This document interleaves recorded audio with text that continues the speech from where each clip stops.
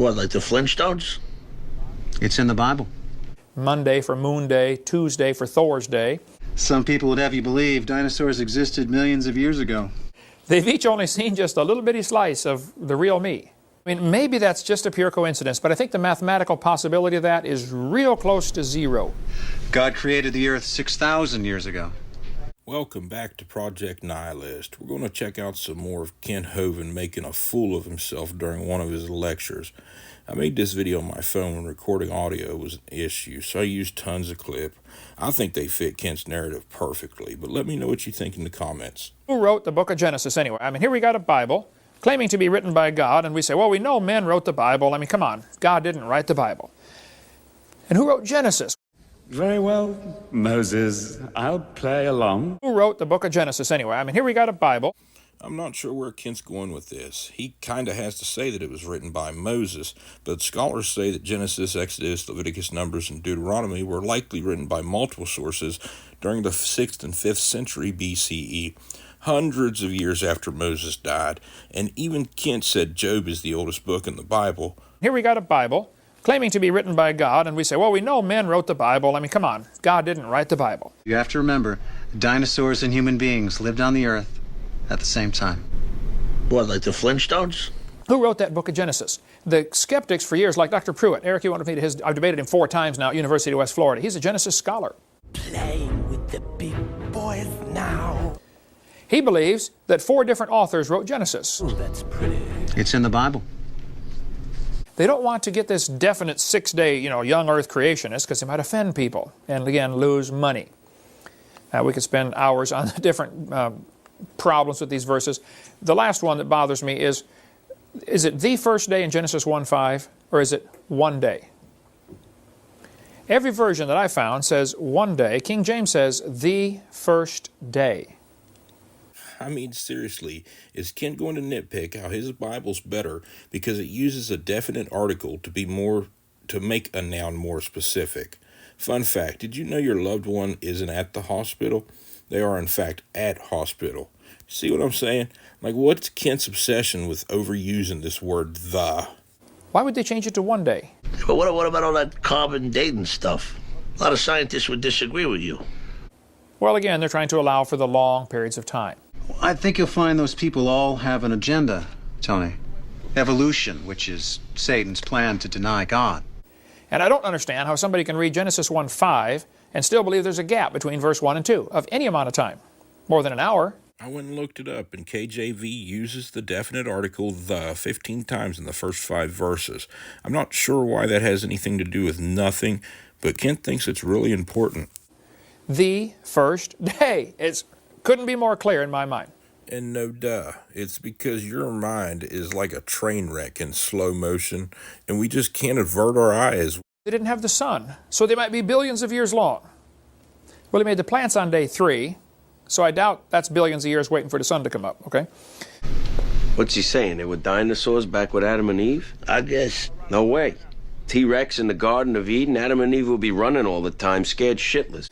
But how did they have light before the sun? In Genesis 1:3, God said, let there be light. This is the Hebrew word or. There are 2 different words in Hebrew for light. We have one word in English. I would say that is a light and it produces light. We only have one word, but it means 2 different things. Look it, over yonder, that-a-way. It's a photon generator, one of them light makers, light bringers. We know by the context of what we're talking about. I'm talking about turn on the light or light up the room. My kitchen microwave uses light to warm up my food. My CB radio uses light to send messages. Don't let Ken lie to you about light. He doesn't have a fucking clue about light, what light is, how light works. One is the substance or whatever light is, and the second one is the source of the light. This would be a good time to tell you to go check out my other videos because we've talked about the source of light before. Therefore, the male is the source of life. God called the light day, and it was on the first day. That's a great story, bro. Tell me more, please. Sunday comes from, of course, all the days of our week are named after pagan holidays. Saturday for Saturn Day. Monday for Moon Day, Tuesday for Thor's Day. I am so fucking sorry I'm the one that has to point this out to you. But does Tuesday sound like Thursday? Tuesday for Thor's Day. All of them have pagan origin. The names of our days of our week do. Okay. You can disagree with evangelicals, but they're great friends of the Jews because Israel is the Holy Land. You wait. A question that I get asked just about every week as I travel, what about the Bible codes? Is it true that there's a hidden code in the Bible? Hush now, my baby. Yeah, that secret Bible code sounds really interesting. But before we get into it, let's talk about this. So, years ago, I was talking to a friend of mine in Mobile, Alabama. I spoke at a church over there, and I'd known him for 20 years. He said, Brother Hovind, let's go to McDonald's. I want to show you something. So we went to McDonald's, had lunch, and he tore 2 pieces of paper out, and he wrote on there, Mr. Flat and Mrs. Flat. So, I actually have a video of my own about Mr. and Mrs. Flat and Kent teaching in a college classroom about it. So I'm going to play it now, and then we can get into where Kent learned about Mr. and Mrs. Flat. I said, okay. Suppose I, as a three-dimensional being... He said, now you taught geometry, right? I said, yeah. He said, I want you to imagine that you are Mr. Flat, and you live in Flatland. You can't put a three-dimensional object into 2 dimensions. So I stick my finger through the chalkboard. Over here I put 3 fingers through the chalkboard. Mrs. Flat comes over and she says, oh no honey, I've seen him. He's 3 circles. There is no 3rd dimension. You have length and width, no height. I said, okay. He said, suppose I, as a 3-dimensional being, would like to reveal myself to you, but you live in Flatland. How can a 3-dimensional person express himself to a 2-dimensional person? Holy shit. I too just realized I had dinner at McDonald's with the exact same person, and I was cool enough to set up a video camera, and I'm going to share the footage with you right now. As the apple were to descend through, slither by Flatland, we would progressively see higher and higher slices. Well, you're going to have a real problem here. He said, if we have Mr. Flat and Mrs. Flat, they're flat. All Mr. Flat sees of Mrs. Flat is a straight line. Both have a very, very limited, small view of what I am. Both are right and wrong at the same time.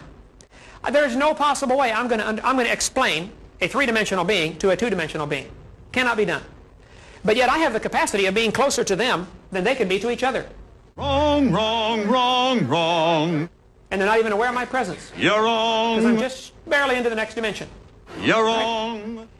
I think God is not limited to our 3 dimensions that we have, length, width, and height, or maybe time, and maybe there's other dimensions. I think the God that I envision is beyond all of this nature. He created it. He can walk around and figure out she's actually a rectangle. He can perceive the depth, but he can only see the width. You and I can see width and height. You do not see depth. You perceive depth. They call it depth perception. Way back in my adolescence, I came across a different preacher who made a similar argument. I thought it was a smashing hit. It explained exactly why I couldn't find God anywhere. You could take a picture of what you're looking at, and it would look exactly on flat paper the same as it does in real life. Kent's actually making a great point here. The reason we can perceive depth perception in a 2D photo is because we've seen them our entire lives. This isn't a joke. But even in modern times, 2D photos can confuse our big brains. Okay? So, he said, if I want to reveal myself to Mr. Flat or Mrs. Flat, I walk over and I stick my finger through the table. That shadow we recognize. It's, ordinarily drawn in 3rd grade classrooms as 2 squares with their vertices connected. Now, if we look at the shadow of a 3-dimensional object in 2 dimensions, we see that, in this case, not all the lines appear equal. Not all the angles are right angles. The 3-dimensional object has not been perfectly represented in its projection in 2 dimensions, but that's part of the cost of losing a dimension in the projection. Over here I put 3 fingers through the chalkboard. Mrs. Flat or Mr. Flat comes over and says, oh, I've seen Kent Hovind. He's a circle. All they see is a cross-section of my finger. Now then I stick 3 fingers through the circle over here, and Mrs. Flat says, oh no, I've seen Kent Hovind. He's 3 circles. And they're going to split the church and start the church of the 1 circle and the church of the 3 circles, I'm sure. But neither one understands me. And so Kent clearly outcast his own in-group while claiming he has the only reliable church you can believe in. They've each only seen just a little bitty slice of the real me. So when God wanted to reveal himself Our Father, in this little three-dimensional world, he came down in the form of a man, Jesus Christ. Let him fucking stay there. Jesus was crucified right there. He was buried just a short distance away in the tomb. And we get into more later on the crucifixion site. But Ron was digging in that area, Ron Wyatt, who died in '99. And you can get all of his discoveries from our ministry. There's only, I think, 2 people that sell his DVDs, him and us. I've actually heard of Ron Wyatt. And from what I understand, he was right about this one thing. You can't fix stupid. $100 for his DVD series. It's phenomenal. Obviously, I was kidding. Ron Wyatt is an American anesthesiologist nurse who found Noah's Ark crashed on the side of a mountain, and for some reason it turned into a rock resembling the bow of a ship that clearly had no form of locomotion. Ron is a well-known fraud. Even Answers in Genesis calls Ron Wyatt a fraud. If he'd found the shit he'd said he'd lied about finding, he'd be more infamous than Indiana Jones. You see that stuff where it says Ron found these giant anchor stones for Noah's Ark? In one of my other videos, Kent propagates this bullshit, saying that these giant rocks were used as ballast to stabilize Noah's Ark and keep it headed toward the waves. These are some of the things found just in Deuteronomy and Numbers about Hitler. Proceed in the footsteps of the word. Oh, but in the German alphabet, Hitler begins with an H. J. In skipping the letters, you find Hitler, Auschwitz, Holocaust, the Holocaust, crematorium, Poland, plagues, the Fuhrer, Eichmann, king of the Nazis, genocide. The village may think I'm crazy or say that I drift too far. Auschwitz, Germany, Hitler, Mein Kampf. I mean, it may be just a little more than coincidence that these things are hidden in there. There must be a reason for that. If you count in Proverbs chapter 30, every 22nd letter spells out Jesus. In the King James Version, Jesus just doesn't add up. It's not even close. And Kent says that this is the bestest and only truestest Bible around. There must be something to it. Clear back in the 16th century, long before they had computers, one rabbi said the secrets of the Torah are revealed in the skipping of the letters. Yes, that must be it. It's some kind of test. The book. Here's an example of how it can work. Rips explained that each code is a case of adding every 4th letter to form a word. Read me the first word of every rule. If. R-E-A-D. Read the code. You skip every 4 letters, there's a hidden message inside this sentence. Never keep profit, a good smile, honesty. What does it mean, brother? That's what Bible codes is all about. Interesting. 49, 7 sevens. It means absolutely nothing. If you go to the book of Exodus and skip every 49 letters, you spell out Torah again, which is the Hebrew Old Testament, for God's Word, the Torah, okay? Every 49 letters. Well, turn the page, brother. Turn the page. For 23 years, I've told people about my very first day of college, 8 a.m. Monday, Wednesday, and Friday. A survey of biblical literature, it was called. The professor had his notes online. Every page was half-inch margins justified, 12 font from the first character to the last character, without paragraphs or indentations. Until now, I've lacked the ability to actually illustrate that it was random letters with @ symbols and pound signs with open and closed brackets. Look at this text. It isn't Hebrew. It sure as shit isn't English. It's like an English to Hebrew cheat sheet, and without a cipher, it's useless. If you go to the book of Numbers and skip every 49 letters, you spell out Torah backwards. Maybe if we hold the pages up to the light. No. And if you go to Deuteronomy and skip every 49 letters, you spell out Torah backwards. Fuck you, Santa! Well, wait a minute. Genesis, Exodus spell it forward. Leviticus doesn't have it. Numbers, Deuteronomy spell it backwards.